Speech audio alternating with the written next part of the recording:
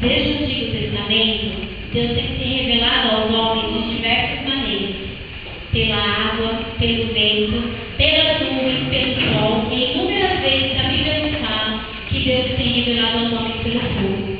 A Abraão, Moisés, ao povo de Israel, a Elias, Salomão, Sadraque, Mesaque e Abednego, e tantos outros mostrando seu poder.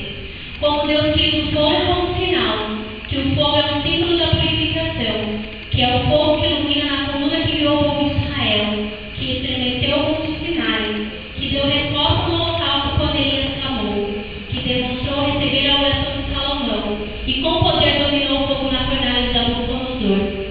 Este é ainda hoje o nosso Deus, que enquanto oramos e meditamos, confiando no seu poder, ele acende uma rocha no nosso espírito e nos envolve no fogo do Senhor.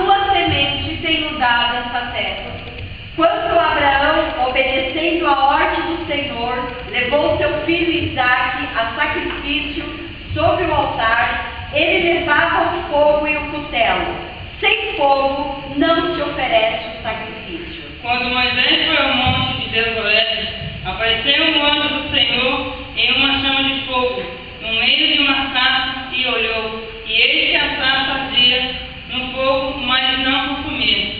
Deus fala através do fogo. Quando finalmente o povo de Israel deixou o Egito, estando já no deserto, o Senhor ia adiante deles de dia numa coluna de nuvem para os guiar pelo caminho, e de noite numa coluna de fogo para os alumiar, para que caminhassem de dia e de noite. Deus guia o seu povo com fogo. Quando Moisés subiu ao monte Sinai, trazendo o recado de Deus para os filhos de Israel, levou o povo fora do arraial ao encontro de Deus, e puseram-se ao pé do monte. Todo o monte Sinai fumegava, porque o Senhor descera sobre ele em fogo, e o seu fumo subiu como fumo do forno, e todo o monte tremia grandemente. Quando Elias ficou só com o profeta do Senhor, diante de 450 profetas de Baal, fez um pacto com o povo, dizendo: preparai um altar e colocai um bezerro, porém não lhe ponhais fogo. Eu prepararei também um altar e não lhe porei fogo.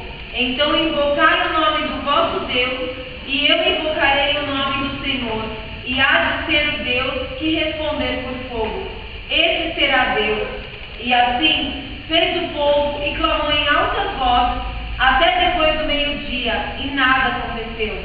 Mas quando o profeta Elias consertou o altar, armou a lenha e pôs ali o bezerro, e por 3 vezes mandou o povo colocar água sobre a lenha. Sucedeu que, oferecendo-se ofertas de manjares, o profeta Elias orou ao Senhor, dizendo: responde-me, Senhor, responde-me, para que este povo conheça que tu, Senhor, és Deus. Então caiu o fogo do Senhor e consumiu o holocausto, a lenha, as pedras e o pó, e ainda não deu a água. O que vendo todo o povo caíram sobre seus rostos e disseram: Só o Senhor é Deus, só o Senhor é Deus. Quando Salomão terminou de construir em Jerusalém o templo ao Senhor Deus, pôs-se em pé perante o altar do Senhor, diante de toda a congregação de Israel, e estendeu as suas mãos. E orou a Deus, agradecendo-lhe pelo cumprimento de suas promessas a seu pai Davi. Orou intercedendo pelo povo para perdoar-lhes os seus pecados e ouvir a sua oração.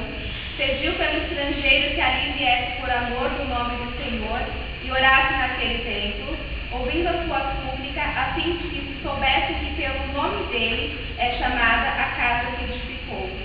Orou pelos que saem à guerra e se voltam para Jerusalém e para o templo do Senhor.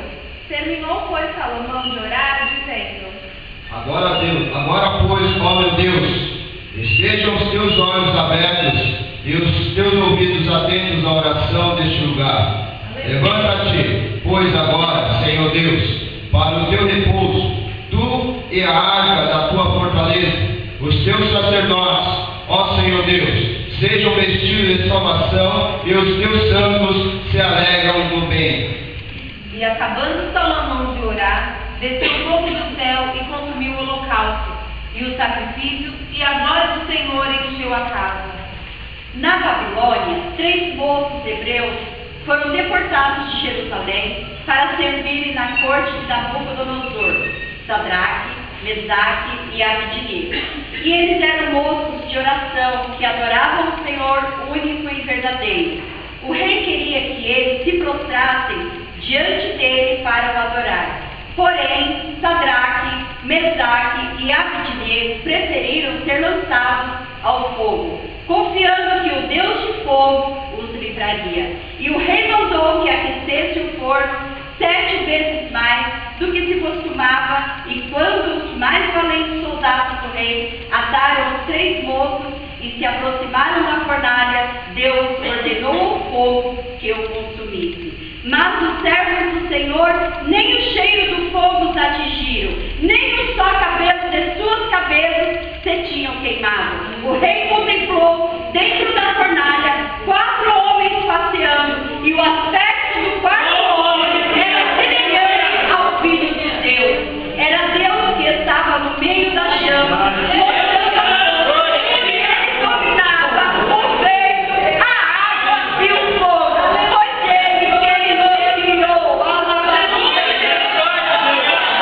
Deus faz o seu povo passar pelo fogo sem se queimar. E cumprindo o seu dia de Pentecostes, estavam todos reunidos no mesmo lugar.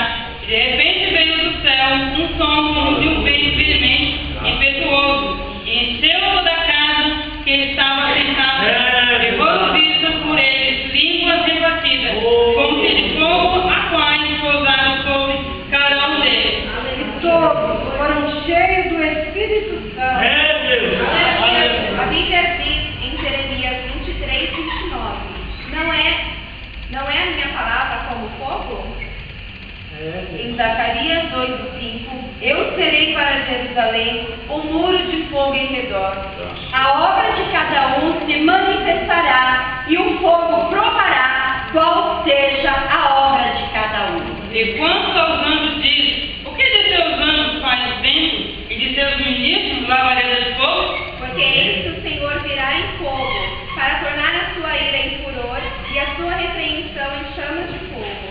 Os olhos do Senhor são como chamas de fogo.